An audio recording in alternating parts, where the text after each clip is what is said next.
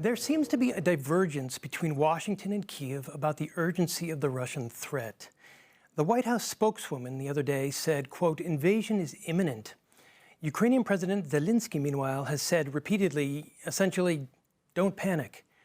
And during your meeting with Mr. Zelensky earlier this month, he appeared to complain that the U.S. was exaggerating the threat and playing up the possibility of a major escalation. So what is it?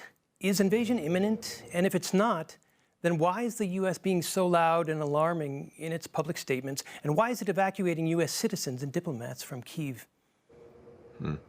Well, first of all, of course, President Zelensky is right. No one should panic, and no one is. We're looking at the facts. We are acting in a very deliberate way, and we're doing everything we can to make clear to Moscow that it has two paths before it: the path of diplomacy and dialogue to resolve differences peacefully, or the path of aggression, if that's what it chooses, and the massive consequences that will flow from that. And for each path, we're fully engaged and we're fully preparing. What we can see is this: we can see a massing of Russian forces on Ukraine's borders, the south, the east, the north, that is larger than at any time since 2014. And we're aware of plans to double the size of those forces on very, very short notice, as well as efforts to destabilize Ukraine from within. So we have to do everything that we're doing based on the facts, based on what we're seeing, to make sure that we're prepared either way. We're doing that in very close consultation and coordination with the government in Ukraine, as well as with allies and partners. I was just in Kyiv, as you know, and had very good meetings with President Zelensky, with my counterpart and friend, the Foreign Minister Kuleba. And we're in virtually daily contact on this. Last night in Moscow, Ambassador Sullivan gave Russian Deputy Foreign Minister Grushko the formal U.S. written response to the Russian ultimatums. Among other things, the U.S. response reportedly includes a demand that Russia pull out forces not only from Ukraine, but also from Transnistria and from Georgia. The Kremlin has already made clear its displeasure.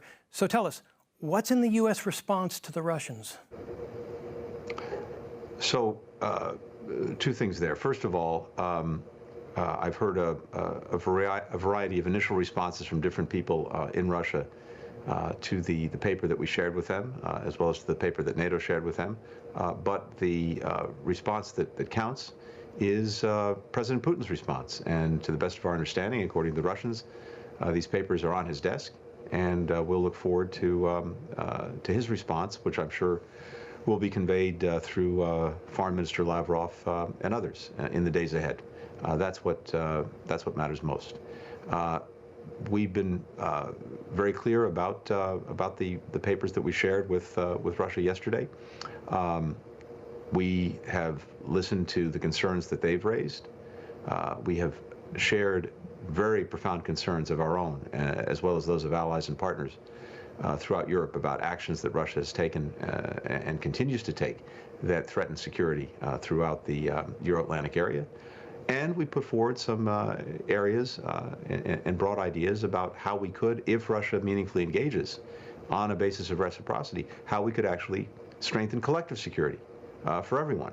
And so the question really now is, what path will President Putin choose? Will he choose to engage on what I think is a meaningful path forward on diplomacy to see if we can enhance collective security?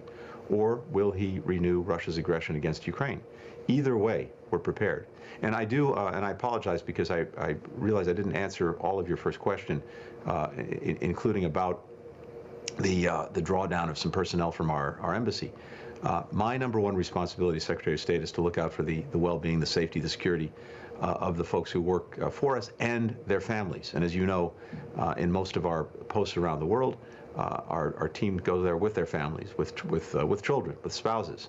And the vast majority of the people we asked to come home were family members and many children of the folks who are working for us in Kyiv.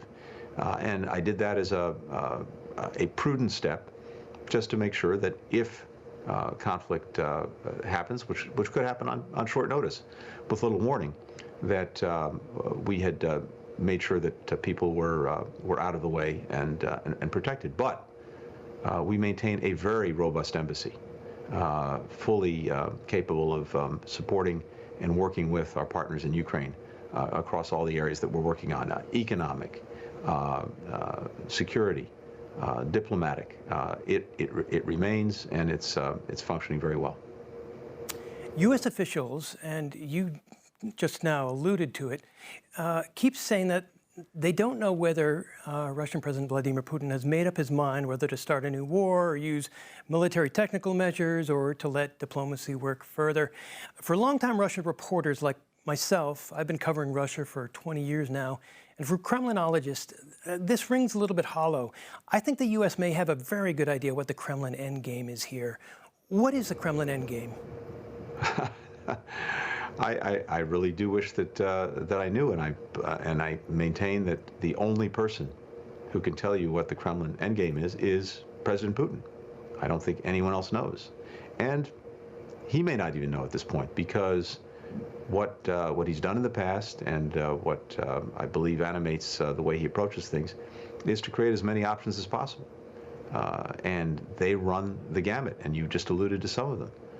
Russia has in place, or has the ability to have in place very quickly, a massive number of forces that could engage in a conventional, wide-scale aggression against Ukraine, from the south, from the east, from the north, even from the west.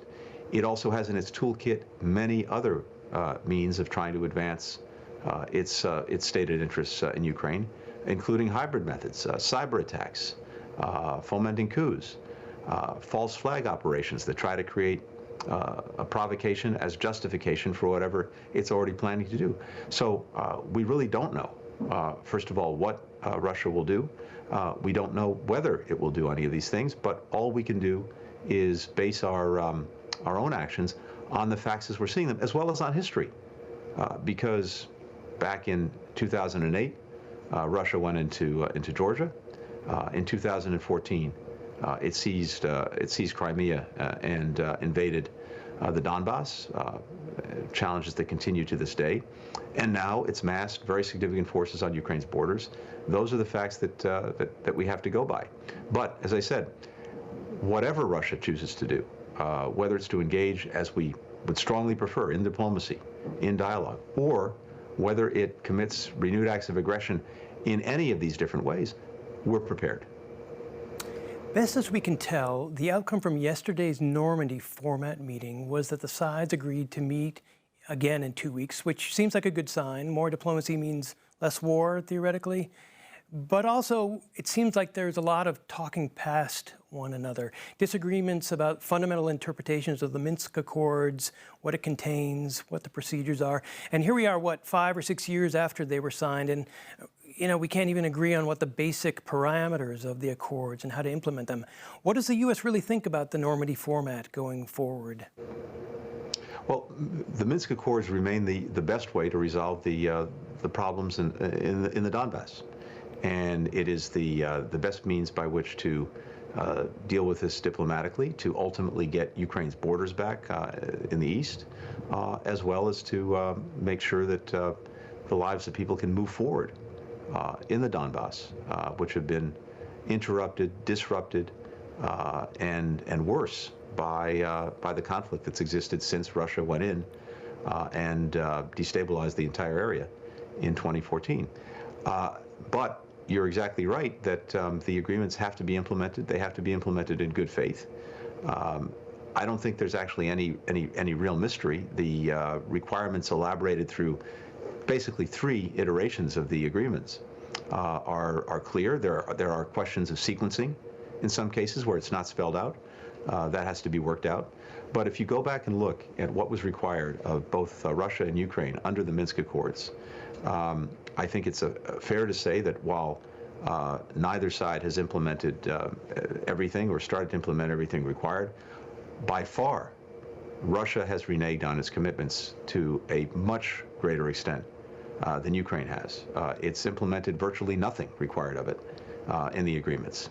So, look, I think there are ways to move this forward. I think the Normandy format remains a good one, with France and Germany convening and bringing Russia and Ukraine together. But ultimately, we can't compel the Russians to implement the agreement in good faith. It's up to them to decide whether to do so. If they're prepared to do that, we are fully prepared to support the effort, to facilitate it, to help move it along if that's useful. But I think it remains the right way to try to move things forward. And I know that Ukraine has put forward a number of ideas, including creative ideas about how to move things forward in terms of sequencing, in terms of a process.